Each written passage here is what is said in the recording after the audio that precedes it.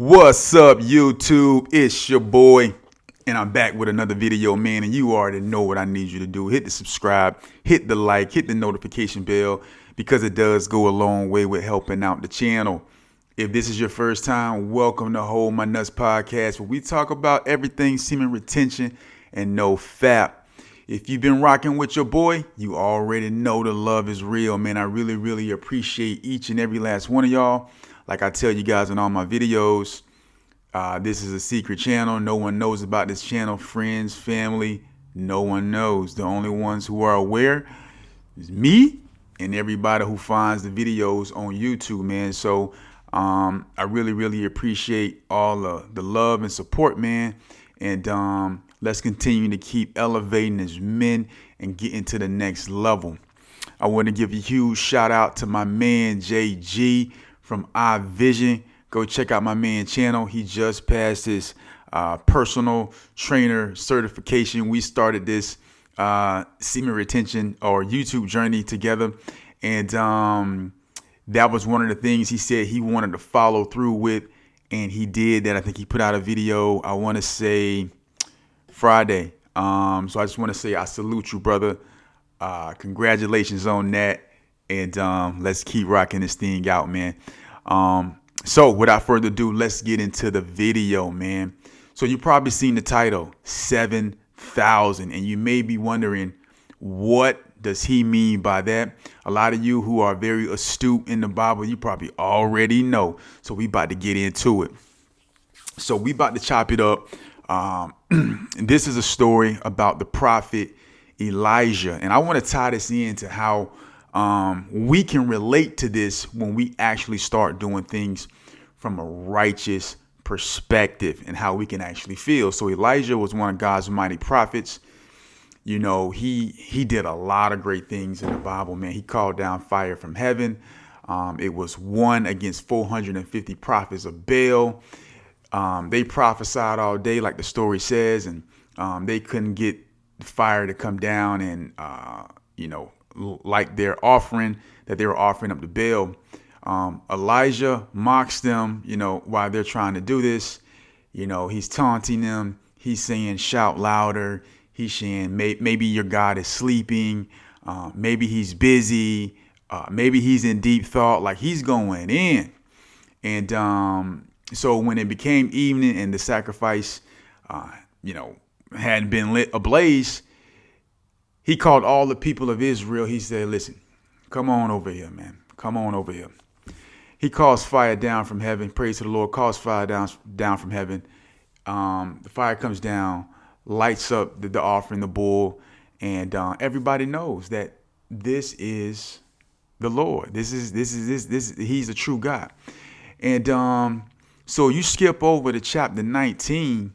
Jezebel, ironically, Jezebel finds out what Elijah had done, because Elijah prior had killed all 450 of their prophets. He slaughtered them with the sword, brought them down to the valley, and he murked every last one of them. So Jezebel gets wind of this through the king Ahab.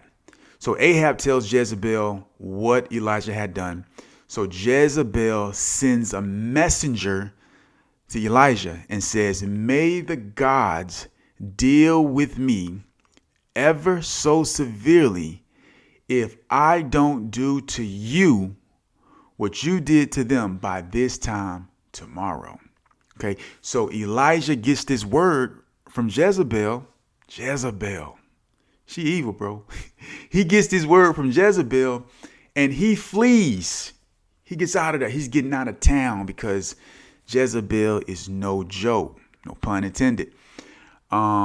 He flees to this town called Beersheba, and he's hiding. He actually prayed a prayer to God in that chapter and asked God to kill him. Right? He said, just take my life.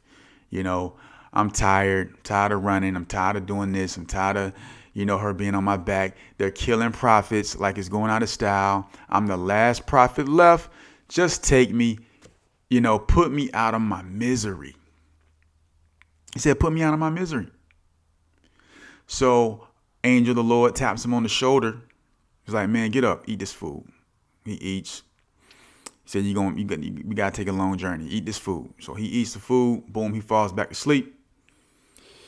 He sleeps for a couple hours. The angel of the Lord wakes him up again. Man, eat this food. Man, I got some more food for you, man. You need your strength because we got a long journey. You got to take a long journey. So he eats the food, gets strength, and he goes on a journey for 40 days. When he reached this town, I forget what the name of the town called. It's in the book of 1 Kings chapter 19. He reached this town. He goes into a cave, goes into hiding. The Lord comes to him and asks him 3 times, "What are you doing?" He was like, "Man, they're killing the prophets. I'm jealous for your covenants. The people of Israel have turned against you. They're killing your prophets left and right. And, I don't really want to do this anymore." Right. So then the Lord asked him a second time, "Elijah, what are you doing here?" Gives the same response. Then the Lord asked him a third time, "Elijah, what are you doing here?" Elijah gives the same response.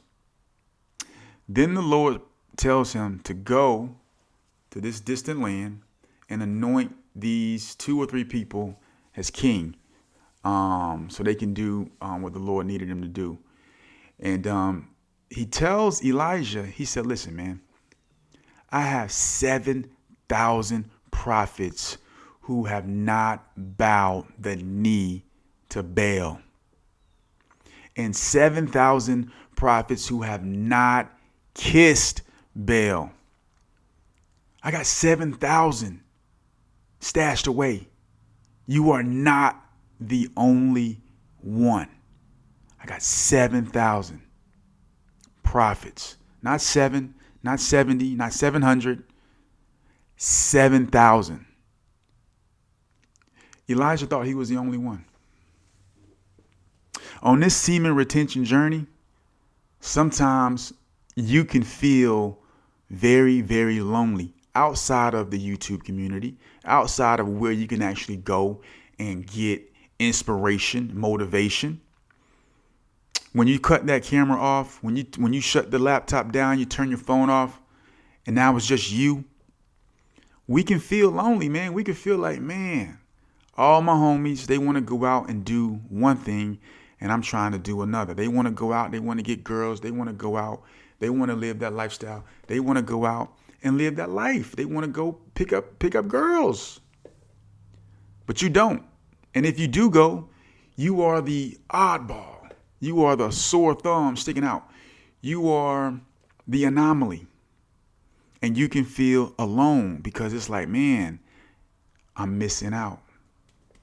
I'm missing out. I might as well give in. I might as well just, then you start questioning, is this really worth it? Is it really worth it? I'm young. I'm they say retain your seed for this and that, man. But, maybe you don't feel like you are reaping the benefits as quickly as you would like. Maybe you feel like, you're missing your opportunity. Maybe you feel like you might waste your 20s or your 30s if you're not out there smashing chicks, watching porn, and just letting the jizz go.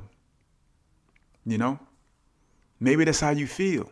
But what I came to tell you today is that Elijah felt the same way when it came to the prophets being killed. Jezebel came at him. She sent out a decree, I'm going to kill you. The world system, these overly sexualized women, these HO3s, these thoughts, these are the Jezebels. And they're coming to kill you. They are coming to kill you. They're coming to take your life. And when the pressure's on, the overwhelming pressure, Instagram, TikTok, magazine covers, when you go into the to the convenience store, summertime, if you live in a place like Florida, like me, where everyone is half dressed, this is Jezebel trying to kill you, figuratively speaking, to give in to the temptation, to give in and say, you know what, man, I'm done with this. Elijah told God, he said, man, I'm done with this, man. Listen, just take my life. I'm tired. She's coming to kill me. That's how we feel when it comes to lust, when it comes to How can I resist these beautiful women? I know I have my goals. I know I have my dreams. I know I have my aspirations. I know the right thing to do, but my body's telling me it's the wrong thing to do. These urges are intense. They're serious. And everywhere I look, there's a half-naked woman around. My phone has an ad, half-naked woman. Instagram has an ad, half-naked woman.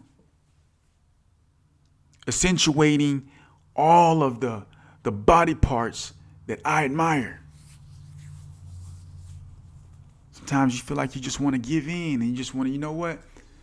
Jezebel, just come have your way with me. That's how you be feeling.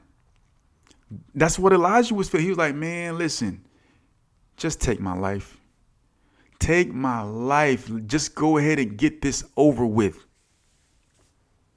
God said, listen, bro, I got 7,000 prophets that have not bowed the knee to Baal. Bro, you are not the only one. God has a lot of men on the same page. You might not be in close proximity to those brothers, but they are there for you.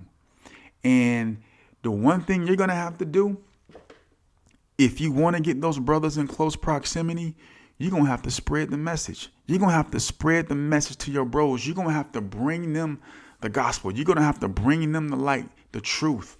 And you're going to have to share with them what it is. That way you can actually start building your circle from the inside out. Because let's be honest, guys, we usually maybe 1 in 100, maybe 1 in 1,000 that's really on this semen retention lifestyle. Think about that. 1 in 100, maybe 1 in 1,000. Dude's not really on it like this. I know we got some pretty nice size YouTube communities, but more than likely we all spread out all over the globe, right? How big is that community within where you actually live? So you might be feeling alone, just like Elijah. But God said, listen, man, I got more people. You are not alone. You think I'm just going to leave you out here by yourself? Negative. I got you. I got you. And what I need for you to do is I need you to tell other men how to stop living like this, how to clean their lives up. I need you to tell them. Because watching porn, engaging in all of this sexual immorality, it's not good for you. It's not good for your mental state, and it's not good for your health. It's not good for your overall well-being. You are not alone, brother. You are not alone. You are not alone. You may feel like that, but you're not. You're not alone. Sometimes on this journey, that's how we feel. Sometimes we have Jezebel chasing us. She's chasing us. She's chasing us, chasing us. She's chasing us with this sword. She's coming to stick it to us. Chop our heads off. Leave us desecrated. To destroy us. To take all of our masculinity, all of our power, everything that makes us a man. Jezebel is coming for blood. Just like she was coming at Elijah. She was coming for blood. She was like, bro, if let the gods deal with me ever so severely, if I don't do to you what you did to these prophets by this time tomorrow, I'm coming for you. That's how the world system is. It's coming for you. It's coming for you. But it comes for you in a more dangerous, subtle way. You don't really see it coming. You kind of just get, you get engulfed in it.